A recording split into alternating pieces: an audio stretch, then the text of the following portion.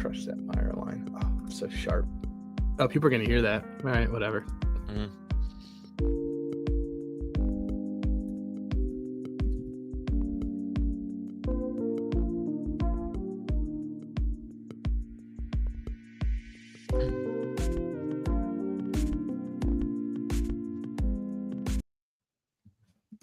The MLB Gambling Podcast on the Sports Gambling Podcast Network is brought to you by Nick Fantasy. Sign up with the promo code MLB HPN. Get a $1,000 bonus credit. And welcome, everybody, to the MLB Gambling Podcast here on the Sports Gambling Podcast Network. It is currently Monday morning, April 21st, around 10 a.m. Eastern Time. I'm Rose episode Scott Reichel, joined again by Adam Rosenberg together to break down our favorite props for the pretty small MLB card. I think there are about 8 games, I think, on the card, but still should be fun. We each found 3 props, so we're going to get into our favorite props in a second. Adam, before we do that, how are you doing? How's your weekend? How have you enjoyed a combo of either Easter, Passover, and 420? How's your holiday weekend? Forgot about 420. Could have used it because I gave my kids a whole bunch of Easter candy, and we're dealing with it this morning. We have this silly thing here in Massachusetts, which, again, I do not claim Massachusetts as where I'm from. It's just where I have to live. But there's a thing today called Patriot Day where it's the Boston Marathon. Everything's closed. There's a Red Sox game in about an hour. Not an official play, but Walker Buehler under outs. Anyway, and so all the kids are home and they ate candy all day yesterday. So they're animals today. Yeah. So if you could take one holiday out of the 3 that I just mentioned, which would you take out of potentially celebrating? 420 because you forgot about it? Probably Easter. Okay. Passover's bomb, dude. Passover's bomb, and so is 420. I just forgot to do 420. I don't think I've celebrated 420 in a long, long time. So I'd probably go with that one. I mean, I lived in the Bay Area for like 10 years, so like every day was 420. Then again, I've never celebrated Easter in my entire life, so I guess you can make an argument that I'm only celebrating one of those 3, but still. Yeah, it's a lot of ham. Hamon, as they say. Once again, that's something I don't really relate to that much, but either way. Point is that hopefully you had a fun holiday weekend, no matter which holiday you were celebrating or which holidays you were celebrating. Hopefully you had some fun. But of course, we're back here breaking down some baseball action for the Monday card. I know last episode, I ended up going 1-1-1. I got Kreidler, which voided, and I ended up winning. I forgot what the hell I even won. I won Gary Sanchez under half a walk. And I lost Frelick, who ended up having 1 hits, runs, and RBI, which was pretty annoying. I had the 1.5. So could have been worse, but I'll take the 1-1-1. I know you ended up going 2-1. So yeah, solid episode there. Yandy didn't do anything. In his defense, the entire Rays team didn't do anything because Rodon gave up no runs and the Yankees won. They won that series, though. Oh, no, they didn't. Oh, they split it. Yankees won 3-4. Oh, then they didn't split. They should have swept, and then you had the Devin Williams disaster class on Saturday, but they won the other 3 games of that series. Devin Williams has been even worse since he came back from paternity leave. Another proof point to not have children. Yes, a shout out to both Devin Williams and Clase, who appears to, each of them have lost their confidence in really just pitching since the playoffs, whether it involves the Yankees against Clase or whether it involves Alonso against Devin Williams. But either way, we have Clase.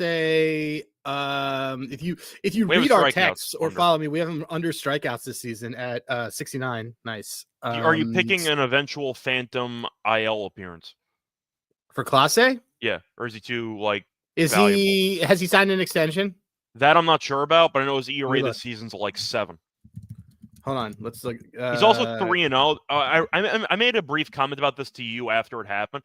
They got to change the blown save win rules because Clase's 3-0, and I'm pretty sure 2 of those 3 wins were blown saves. If you give up 3 runs or 4 runs in 1 inning while you're trying to close the game, you should be passed over. See what I did there, pun intended? You should be passed over for the win. They should give it to the previous reliever because I feel like you should not get rewarded in any capacity for punting the game away. That's how I look at it. Do you see the one in the Cubs game on against Arizona? It's a very little known. Oh yeah, they skipped over.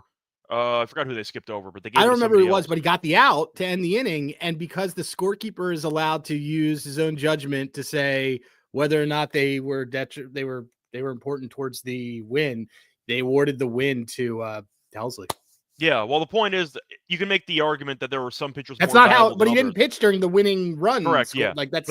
the point is that when you're looking at the scorekeepers making the decision, when you said that they are impactful towards the win, giving up 3-4 runs solely so your team could regain the lead and get the win should not be a thing.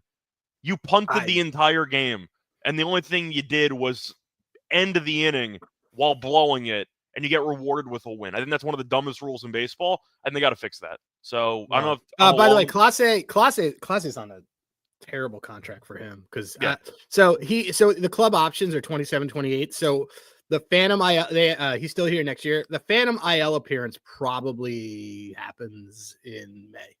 Okay, either way, just throwing it out there because he's been really bad. But wanted to mention that rant because Clase got a win just by giving up 4 runs in 1 inning. And I'm like, all right, congratulations. You blew a save to the Pirates. Here's a win. So I don't really agree with that rule. But either way, a point is we'll move on to the actual card for Monday. For that, though, a reminder, the NFL draft is happening this week. Finally, took about 5 months. But tune into the SGPN NFL draft show, the live watch party for the entire round of the NFL draft, featuring all your favorite hosts and fans from SGPN. Tune in Thursday, 8 p.m. Eastern at youtube.com/sportsgamepodcast. Once again, to tune in for the live watch party. I'll be there too. I'm talking about the Jets. They might trade down, so that might be a waste of my time. But I am going to ask Eagles are definitely trading out, so I got a Saints hat. So do want to ask you, are you a big draft watch guy? Or are you more of a I'm going to check Twitter and find out who my team drafted kind of guy? I wasn't until I started hanging out with you guys, and now like my entire evening is taken up by this stupid thing. So yeah, I truly don't care about the NFL draft. So I'm like the opposite of everybody at the network. I'll be there to talk about the Jets for some reason because I like to torture myself. But I do think the draft is one of those where you really don't need to be the first to find out. The picks aren't going anywhere, and they don't play for another about 5 months. You really don't have to find out the minute of. I'll be watching the playoffs.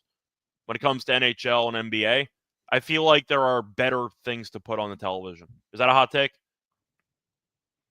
Besides watching the commissioner get up there. I agree with it. I agree with that. I think as much as I enjoy hearing old or very young people mispronounce the names of the people that were drafted, I think I'd rather watch actual sporting events. So that's my take on the draft. Plus, I hate the actual wait delay for it. You're waiting like 4 or 5 months. The title game was in early January. And now you're waiting 4 months for these guys, and you're like, oh, yeah, I remember this guy. He had 3 touchdowns in a game 6 months ago. I just feel like the timing is really weird. And the WNBA, by comparison, has their draft 1 week after the title game's over. I just feel like they take so much time in between. It kind of kills the momentum. But either way, a point is the NFL draft is on Thursday, and we're going to have a live stream for it. Anyway, time to move on into the actual picks and props for the Monday card. Adam, I'll let you go first. What is your first prop we're going to give out here on the Monday card? Well, to quote my friend Cade, who is, I don't think he's in the comments, but he's around. Cunningham? Babe, wake up. It's Max Meyer day. Max Meyer day, taking his over 17.5 outs, over in 3 straight. Cincinnati whiffs pretty often, so there's a low chance of having him grind. They also just let him go pretty deep.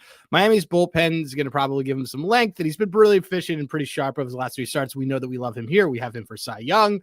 I don't think it's going to happen, but it's still fun. They did get moderately used over the weekend. Probably going to give him at least that long leash. I mean, look, as long as this is 17.5, we should be banging the over. So 5.2, 6, 6.1 going upward. Give me Max Meyer at over 17.5 outs. Yeah, I heard he's our guy.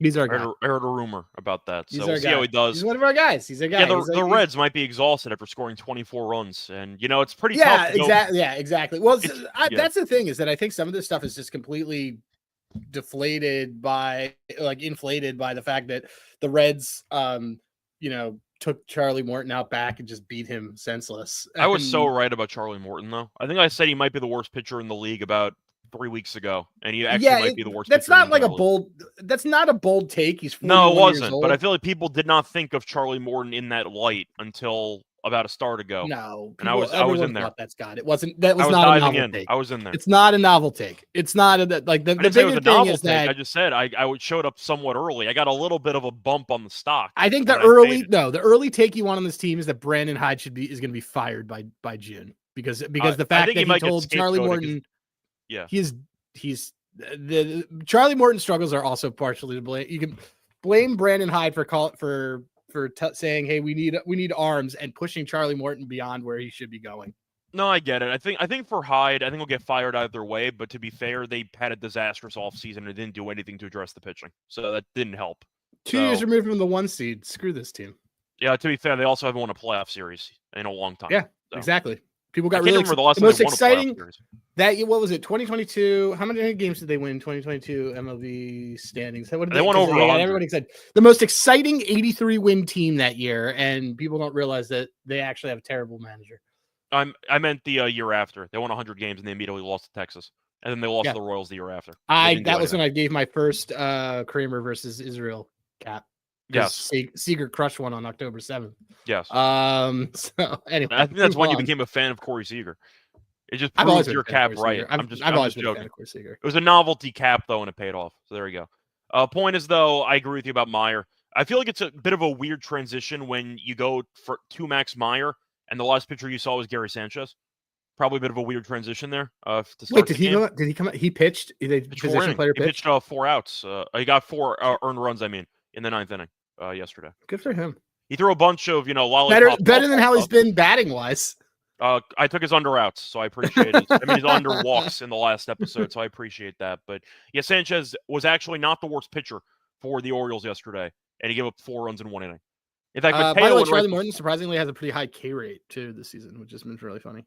I imagine because everyone's trying to swing at the fences for softball pitches, and they just miss. He gets at 92, but yeah, I get 92 is like 80 back in like 1985. Kyle Hendricks went 6 yesterday, but whatever you want to tell yourself. So Kyle Hendricks also been kind of bounced. I mean, he was. Kyle Hendricks doesn't even throw a fastball. He only throws a changeup. So I think that's the difference. That Morton still convinces himself he can throw a fastball. I think that's the difference. I think that the hate on Charlie Morton isn't just. It's not even real hate. I just like being right, and I said that he's terrible, and you've been right every time you faded him. So yeah, I mean that's fine. I'll take it.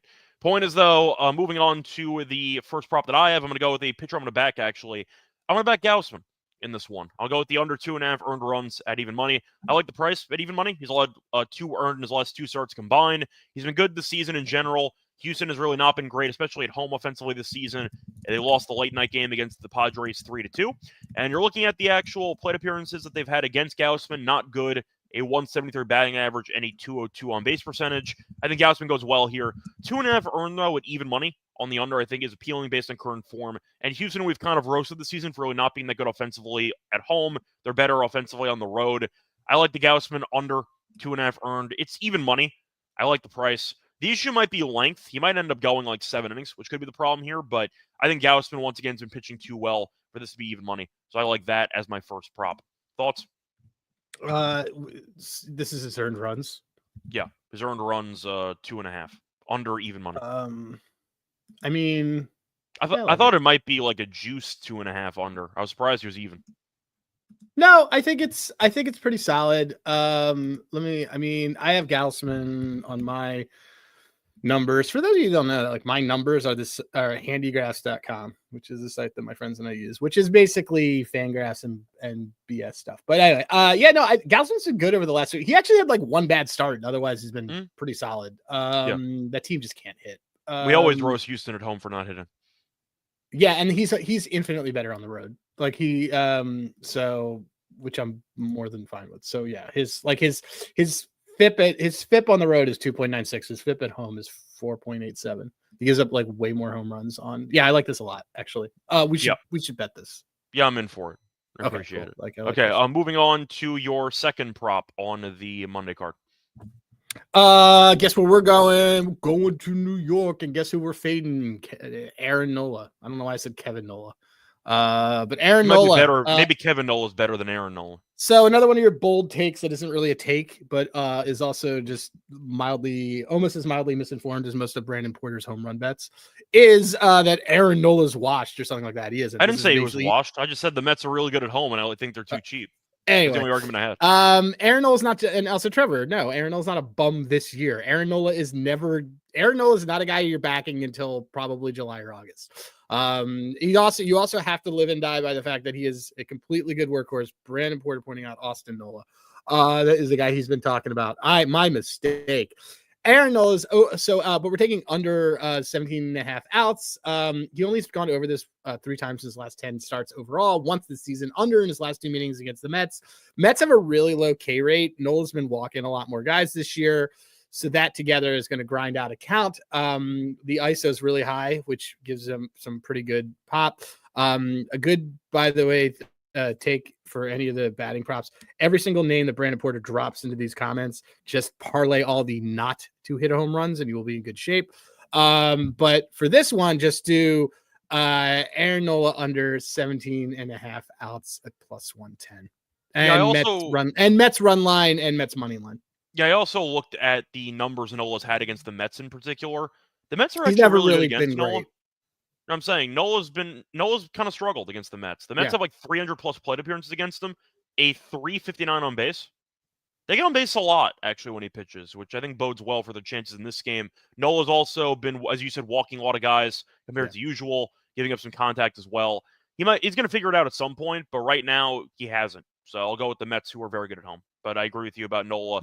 Probably lacking some distance. People are going to think that because the game went to extras yesterday, the Phillies burned a lot of relievers. They really didn't, because Luzardo went 7. So also, people think that the bullpen's in worse shape than it is. Porter, you've been on a heater. I know you bet $100 every single time on people's exact things. I see it on Twitter, and I still don't care. You're my friend, but I don't care.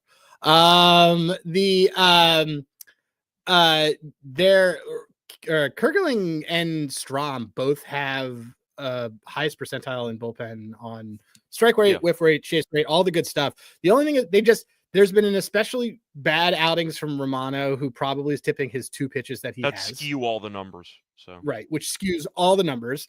They have 4 high leverage guys. Their middle inning guys have been fine. The only guy who really, really stinks on this team so far that isn't a high leverage guy is Carlos Hernandez, who cares? He's like playing every 5th day. So he used to start Phillies, like 2-3 years ago. Right. Yeah. It's a little bit overblown. And like, and for the sake of argument, if you want to see so I really like I like the Mets today, but if you're looking for who looks like they are ready to barrel and bomb something today, it's probably, let's see who's starting for the Mets again. Without looking at any of the data you're about to pull up, my guess would have been Vientos.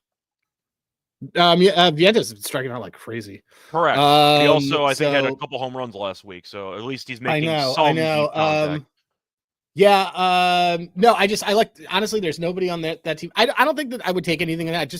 I think the Mets run line is a stupid price. It's like plus 175, and Mets money line is minus 116. Mets have 3rd best bullpen in the league. So good at home. Good at home. So, do it. Yeah. Off a sweep against St. Louis. Anyway, before we get into any of the other props we have for the Monday card, reminder, they're brought to you by our sponsor. They changed it up this week. No, they did not. Edge Boost, because if you ever tried to deposit money to your account at around 2 a.m., you never know. That's the mystery, because I always forget to check the ad read stuff beforehand. So every now and then they'll move around all the sponsors, and I accidentally read the wrong one. Not going to get me today, though. Edge Boost, because if you ever tried to deposit money to your account at around 2 a.m. and you've had it blocked by your bank account, that could be annoying. That'll not happen to you, though. The Edge Boost is the first ever bank account built for bettors. You could also get fast, reliable access to all your money, make it easier to move money where and when you need it without the delays that come with traditional banks. And a reminder, you can also get cash rewards. Every time you deposit into a qualified gambling account, you get 0.5 cash rewards. All this for usage fees, no minimum balance. You can also use the responsible gambling tools to help you manage your bankroll, make informed decisions. Go to Edge Boost, the bet promo code SGPN. Once you can sign up for the Edge Boost card today. We're also brought to you by MyBookie.ag. Who's bookie? Who's bookie? My bookie. Don't say who's bookie. That's my line. You got to know your role. Got to know. By the way, when we're done this, I want to put Slimmer's comment up here, and I want to talk about this Romano slider, and then we can go to the other things. But yeah, sure. Because I let you basically use this sometimes as a Phillies therapy session, and that's why it is. So keep that in mind. My bookie, though, is a place to bet in every sport. You can also bet on the NBA playoffs and the NFL draft. They props in every game. For true degenerates, the money bag. Once again, I recommend using my bookie to try to help get yourself some money because you can definitely gamble on a lot of sports at the moment, whether it involves the playoffs. What a recovery! What a recovery on that, Scott. Well, as I'm reading this, it says for the true degens, the my bookie money bag. It's a. What the hell am I supposed to know? What the hell does that even mean? It's really funny. Clearly, Sean's notes. I have no idea what that even means. So I'm trying to do my best here, but yeah, you can acquire a ton of money bags by using my bookie, I guess. I don't know what the hell that even means. Anyway, my bookie accepts customers' ton of locations. You can also use crypto for letting fast passing news deposits. My bookie.ag, promo code SGPN for a great deal. 100% deposit match up to $100. Terms and conditions apply. My bookie.ag, promo code SGPN. Welcome back, everyone, to the MLB Gambling Podcast. Finished going through the first couple props on the show. Adam, you give out one prop so far, right? Or you give out two? I've given out two, but I want to just talk real quick. I want to say one last point about. First of all, I want to tell Brandon Porter that I want to tell Brandon Porter that I still love him, even though I shit on all his plays. This Romano loves that shitty slider is a really good point, and I just for those baseball nerds that are in the conversation, if you want to hear more baseball nerd talk, my show is later tonight at 9:30.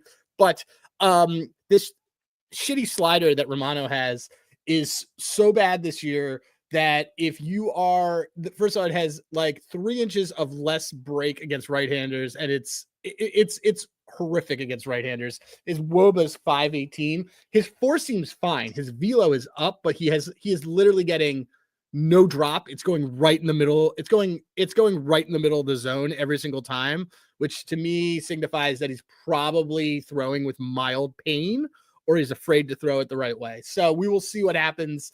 But you basically want, if I'm who the Phillies and the Phillies are playing the Mets, yeah, you want a Pete Alonso probably takes him to the moon.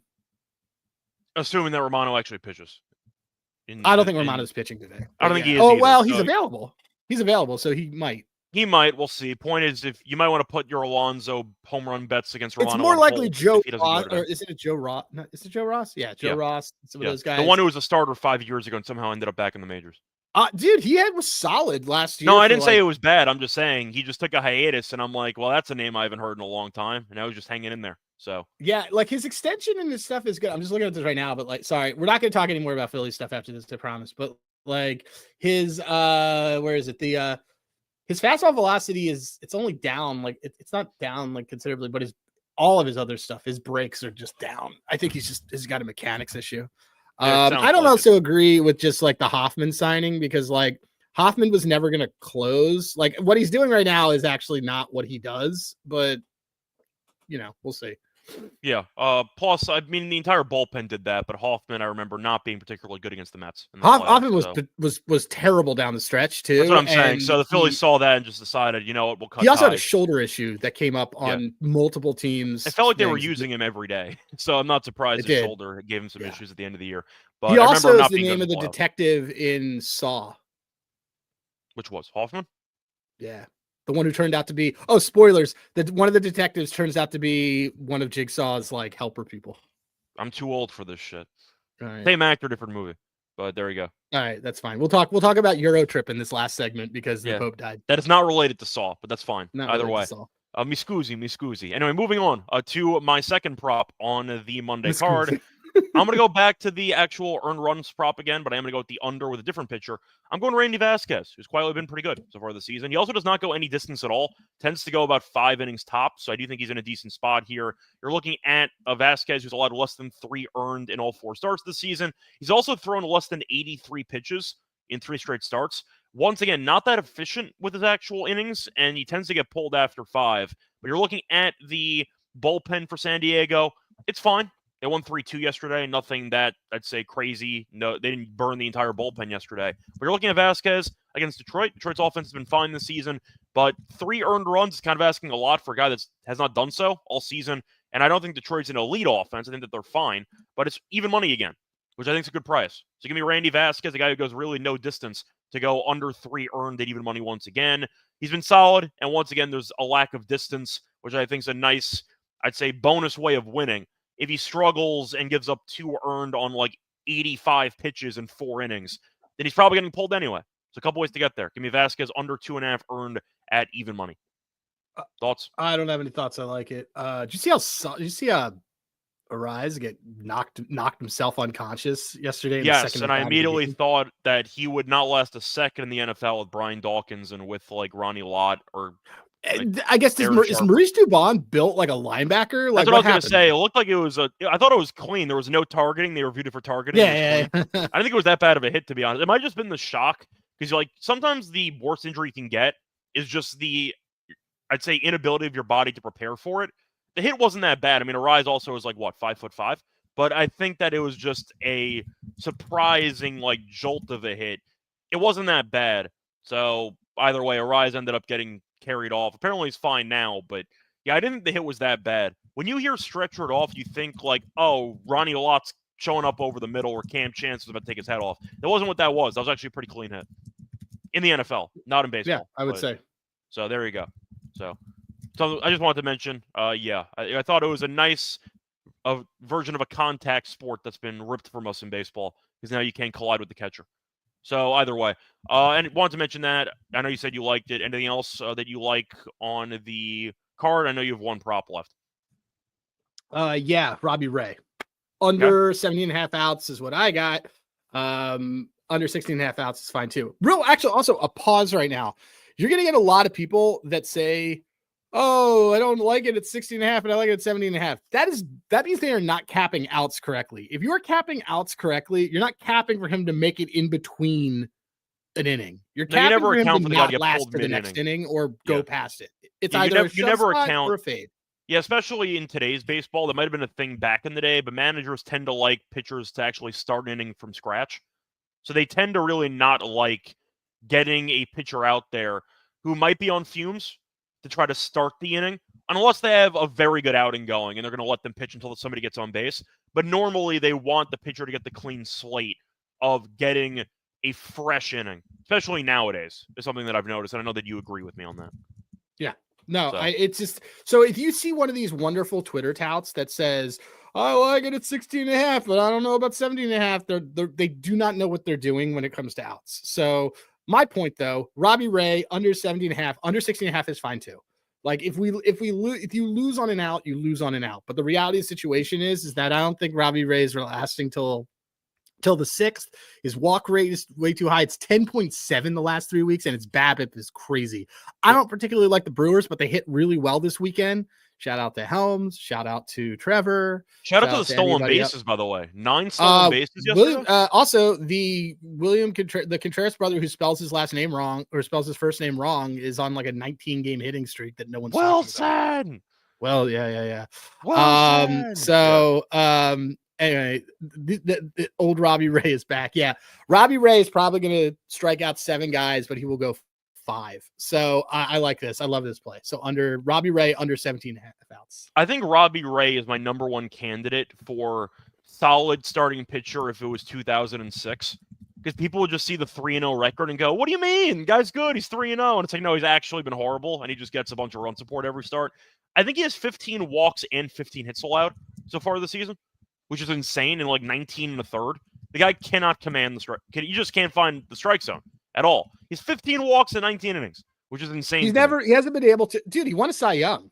That's the one year he was able to actually get his walks under control. Bad team, on a really bad, But that was the issue he had in Arizona. That's why he got driven out of town there. And then it seems like he's regressing. Yeah. Wait, you mean the Marin? Well, he went from Jays to the Marin. He was on Arizona, and then he was on. I remember him being on Arizona. Then I thought it was Toronto, then Seattle. Seattle, and they got hurt, and then they traded him to the Giants. Yes, but the point is that I remember he had walk issues at the end of his Arizona tenure, and that's why they got rid of him. And then he won a Cy Young, and now he's back to his old self again, I guess. But the point is, if you have like 15 walks in 19 innings, you're giving off serious early, not late, early major league Charlie Sheen vibes, like just a bit outside vibes before he was actually good. That's kind of where we're at with Robbie Ray. And Milwaukee can work counts. They can get on base. And I think that, once again, he can have some issues dealing with this lineup. So, yeah, I'll go with the Robbie Ray. I agree with you on the under out. Pointing it out. What a good chat today, by the way, guys. His walks are a 2.5, by the way. It's not even like a bettable number. I don't think he's lasted long enough. But I don't either. But I'm saying I think he's walked 4+ in 3 straight. Like, he's not even close to finding the zone in these outings. So, there you go. Something to keep in mind. And, of course, that's even worse because that means that he's taking up more pitches because, of course, it takes 4 pitches to walk somebody minimum. So that's why he's not going much distance, because he has a lot of at-bats that are like 6-7 pitches where the guy gets on base. And that's just going to kill you over the grand scheme of things. Anyway, for my last prop, I'm going to go with the hitter prop because I mentioned 2 pitcher props before. I'm going to go with Trevor Story, even though the game starts in half an hour because I can. I'll go with Trevor Story on the over half a single for the D-Gen play At minus 115, you could use a little DJ in your life. He's actually been a great singles hitter. He's had at least one single in 8 of his last 9, at least one single in 15 of his last 20. Also, Trevor Story, actually healthy for once. We'll see if he gets hurt at some point. He probably will, but as of right now, he's healthy. Yes, the game starts in half an hour. Apologies there, but I like Trevor Story, the over half a single at minus 115. I think that it's a good number against Cannon, who I'm not a big fan of, but I think that Story, once again, has been a solid contact hitter. I'll take him for the fun of it. Give me Story once again to hit a single in the game at minus 115. Thoughts? DJ prop of the day. Story's been really good. Yeah. So once again, I'm not picking Story to get a double. I'll get pissed if he hits a double. Give me a single. Don't run to second base. That's all I'm asking for. So there you go. Those are the props we have. Anything else you want to add just in general for the card or for ranting or anything? Nope. I think we can just go to our robot plays too and do that. Cool. So before we get into the actual robot plays, want to check if we have an ad read before the robots. And it's the same ad reads. Lucky me. We're brought to you by Underdog Fantasy. You can play their pick'em for chance to win times your money. You can also use, once again, the promo code MLB SGPN to claim a special gift first time with it all for up to 1K bonus cash. Underdog Fantasy promo code MLB SGPN. If you want to also mix and match your lineups, your entries with the different sports, Major League Baseball, if you want to mix in some NBA playoffs, NHL playoffs, if you want to go for some, once again, MMA. Apologies, I don't think they had WWE, but that happened anyway. So you snooze, you lose. But once again, use Underdog Fantasy, promo code MLB SGPN. We're also brought to you by the Robot Overlords, Rhythm, because they're the home of ad back picks and props. They're also live Major League Baseball. They have models on NBA and golf. You could also use your own models if you want to build one from scratch. Pretty fun to do so. The most fun part's naming it, and we go by old movies. That's how we name our models. But point is, you can definitely enjoy experimenting with models if you do want to get into that area of betting. When you sign up for a new account, they have 2 great promo codes for you. One's a 25% off monthly deal with the promo code SGPN25, and the other one is an annual deal, 50% off annual subscription with the promo code SGPN50. Sign up at Rhythm, and when you do so, use the promo code SGPN25 or SGPN50. Welcome back, everyone, to the MLB Gambling Podcast. Went through all 6 of our favorite props for the Monday card. Now it's time for the best bets section. Adam, what is your favorite prop out of the 3 you gave out? Max Meyer shoving over 17.5 outs. Ship it. Okay. And for mine, you know what? I think I'll trust. I mean, I'm really torn between the pitchers. It's either going to be Gausman or it's going to be Vasquez. I mean, the one thing that concerns me about Gausman is the distance, because he might go 7 or 8 innings, and that could be extremely annoying to deal with. But I think Vasquez is obviously worse than Gausman in terms of quality. I'll go Gausman. I'd actually, you know what? No, I'll go Vasquez in this one. I'll go under 2.5, same price, even money. I think that it's a good opportunity to get there in a couple ways. Vasquez has given up less than 3 earned in all 4 starts this season. Detroit offensively has been better than usual. They're not amazing, but they're fine. But Vasquez tends to only go 5. He's thrown less than 83 pitches in 3 straight starts. I think there's a chance he ends up having a big inning where he gives up maybe 1 run in like 25 pitches, and that sabotages his entire trajectory for depth in the start. So if you're going to give me Vasquez probably going 5, I think there's a good way for him to get, once again, a pretty decent outing in, while also not giving up 3 earned. So based on the lack of actual depth, I see some value on Vasquez for that one. Give me the Vasquez under 2.5 earned as my best bet at even money.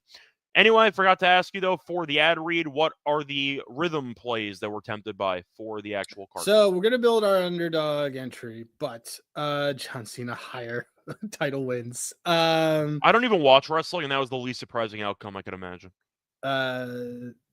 Well, the outcome was fine. Fine. It was just the ending was very weird. I heard that Travis Scott showed up or something and nobody cared. Is that what happened? Yeah, basically. Okay. So cool. And we share a name, and I didn't care. I know. Okay. I think that it likes. Let's see. There's a lot of things. So it likes Quinn Priester over 3.5 strikeouts, which I know we crap on Quinn Priester. He's been good this year. He's been good. He's been better. Limited sample, but still good enough. Limited sample. Yeah. I don't hate that. It likes Vasquez over 3.5 strikeouts as, I don't know if he really has that kind of put away stuff though. Like that's the problem. Unless the counterpoints Detroit. I mean, I thought Detroit was just really bad against lefties. I don't know about righties when it comes to strikeout stuff. Also, they again are another site that is saying I think Flaherty's getting scratched. I've seen a lot of mixed starters. I've seen Montero up at Flaherty. every single place. I broke down Flaherty during the show last night, and I then get Montero's it. I name just think started I think it sounds like Montero is possibly pitching. I don't know. It's not a big deal. It's not your problem, not my problem. Let's look though. I don't mind going with against Detroit, who has a pretty bad K rate. Let's just. I thought it was mostly lefties though, because we took Reagans over the weekend, and I know that Detroit strikes out a lot. I thought. Yeah, you're right. I mean, they're not. Well, no, I don't know. Actually, no, they have a 23%. They have a 24% K rate against righties. Okay, I don't know if it was that high. Do this, yeah. So I could easily get into this. It's its favorite play. Let's do this. Randy Vasquez, who doesn't have non-K stuff, he just doesn't really put guys away, but he's been solid. This Detroit lineup can't really hit very well. I'm okay with us doing this. I think it's a good play that the robots like, and I think that it's a solid one that we should use to build our underdog play. Yeah. You would do it? I'm fine with that. Okay. So that's the first option we're going to use. Anything else you want to consider? No. From them? No, I just mean for in us. general? No. Okay. I don't have any other plays. So okay, that's fine. So you want to recycle, or do you want to talk about some guys that we did not? Well, really talk about? do you want to tell people? Do you want to do the UD read? I already did the read. Well, now we're doing. That's why it's because usually we do rhythm and then we do the other. Yes, I know. I and... accidentally forgot. I forgot the robot overlord plays mid-ad read. So we're gonna do Vasquez for one of the plays in our entry. Yes. Okay. So now that we've reset, rhythm robots giving us Vasquez over 3.5 strikeouts. The rhythm's been holding up their end of the strikeout fort underdog thing. Okay. So what else could we do here? Do you want to do? We'll skip the Red Sox. You want to do Max Meyer strikeouts? Sure, if you like it. Yeah, I do. Yeah, that's fine. Let's do that. Randy Vasquez strikeouts, and then we need a third. Do you want to go for a hitter thing, or is there one guy that you want to consider taking that you potentially just forgot to mention on the show? I mean, I'm all out on a fade on Walker Buehler. I like that Gausman play. We're not going to do the Buehler one though, because the game starts in 20 minutes. So no, I don't like it. Yeah, I like the Gausman play. Okay. The under 2.5 earned. Sure, let's do it. I like that a lot. This is a solid, dude. 7.31. Good price. Good. Okay, so starting it over. Max Meyer higher 5.5 strikeouts. Randy Vasquez higher 3.5 strikeouts. Shout out to the Rhythm Robots. And Gausman lower 2.5 earned runs. Yep. It's a multiplier of 7.31. Yep. So once again, don't forget to get that in. Both of us. Yep, for the underdog entry. Anyway, that's going to wrap it up. We're running back once again for the Wednesday prop show. Also going to be back later. I'm with Mal for the regular time show at around 5 p.m. to break down the Tuesday games. I already did the Monday games yesterday, so if you want to check out my thoughts on the picks from the sides and the totals, I did that yesterday with Lonte. Anyway, Adam, anything else you want to add? No, it sounds like Montero is really starting and Flaherty isn't. It sounds that way too, but either way. So what a bum. What a bum Flaherty is. Let's be honest here. Because he's hurt all the time? All the time. Yeah. So he won a ring last year. Oh, the only thing I'll shout out, my show at Dad's Bet Baseball 9:30 tonight. Okay, there you go. And everybody should tune in for the SGPN draft show on Thursday. That's on Thursday. Yep. Yeah. I guarantee you I'll have some sporting event on in the background. I guarantee you that I will be in my pajamas. Okay. So I'm glad we already planned this out. Love Helms, love Rogue, love Slim, love Corey, love all these guys. Yep. Anyway, point is until next time, good luck to all of you and all of your bets. Bye, everyone.